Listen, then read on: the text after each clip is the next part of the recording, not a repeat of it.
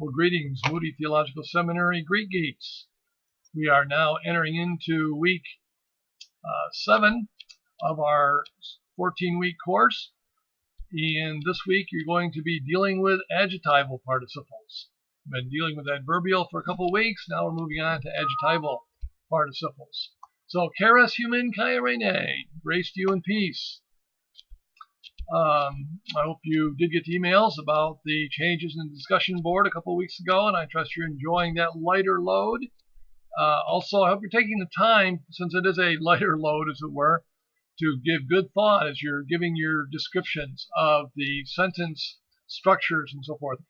Please, when you do that, indicate the sentence structure, giving the function of each word based on its form. And so forth. So what this is doing is reinforcing your knowledge of what it is you're doing. So I do a good job on these.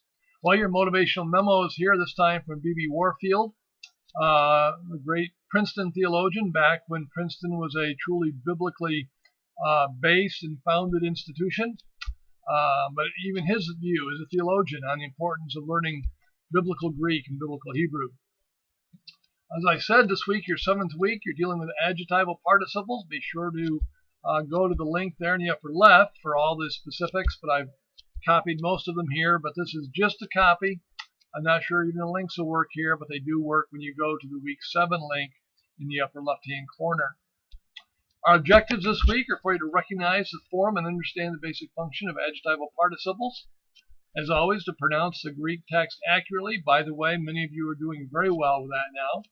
Memorize frequent New Testament Greek words, translate portions of the Greek New Testament, and complete a basic syntax search. The week 7 viewing and reading and listening requirements, you're going to be working through Mounce's Basics of Biblical Greek, chapter 29 this week. You need to work through the video lectures for chapter 9, Dr. Woodall's syntax search video, and then Dr. Woodall's parsing and translation for chapter 29. The workbook, you'll be working through workbook 29, parsing 1 through 10, the warm-up alpha to eta, and translation 1 to 8. Your pronunciation this week is from chapter 10, translation 10 in chapter 29, which is Acts 8:12. You only need to do the section of this verse that's in the workbook, so use the workbook as your source for reading these. And then for the discussion, you've got that here. I think most of you are on to the new structure.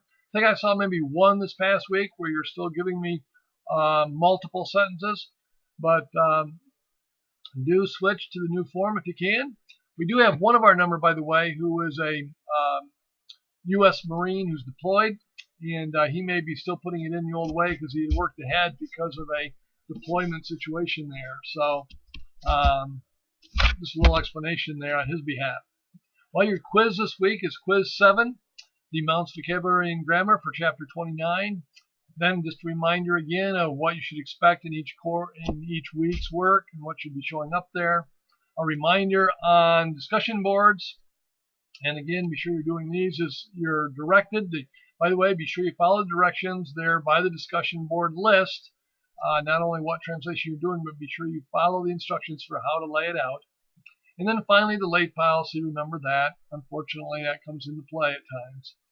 Should you need to contact me, you have my email as always. And if there's something really time sensitive, please feel free to call me. You have my phone number. And if you do have an iPhone or iPad, you can even FaceTime me. Well, I trust you're enjoying your study of Greek. Some of you are sending some really good questions. You're making me work and earn those big bucks, but I appreciate it. Keep up the good work. Look forward to seeing your materials that's turned in.